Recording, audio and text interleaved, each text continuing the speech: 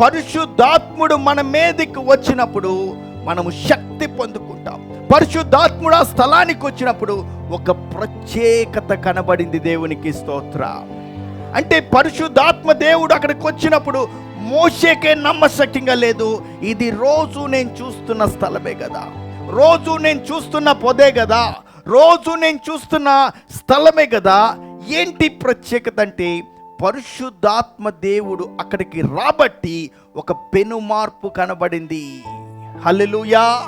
అంటే పరిశుద్ధాత్మ దేవుడు మన మధ్యకు వస్తాడు, మనల్ని నూతన పరుస్తాడు.